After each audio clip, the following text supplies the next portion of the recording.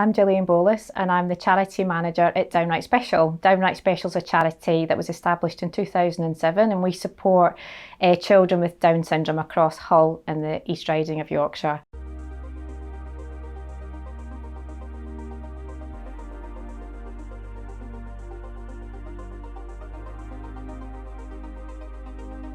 As a charity leader, I think the hardest thing I've had to deal with was a few years ago when a key member of our team left the organisation. It was a really difficult time as we worried about how to fill the gap and how the charity would continue. But actually, it turned into something quite positive because it gave us an opportunity to really review what we were doing and why we were doing it. And it also made me realise that it's really important that the charity isn't reliant on one or two key people and that you've got a really strong team who can take the charity forward.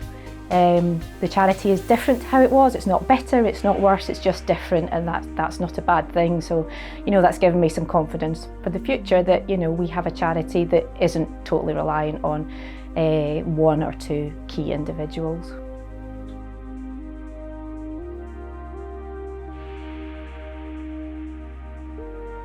If I could go back in time, I think the one thing I would change for me as a leader would be to set my boundaries earlier and be much clearer on what my role is. It's so easy when you're leading an organisation for your day's work never to end because you just always want to do the best that you can for the people that you're trying to help.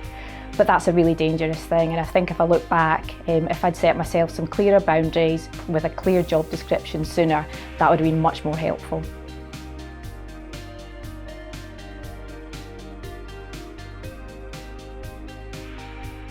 The one piece of advice I'd give to someone starting a charity, particularly if they're really close to the cause, is to get your governance right in the first place. Really take some time to work out how a charity needs to run and what your purpose is, and being really clear about that. I think, and as part of that, really understanding how a board of trustees operates versus your volunteers who are on the ground doing the work. I think that's really important to make that distinction and not be afraid to get people from outside of your organisation to help you.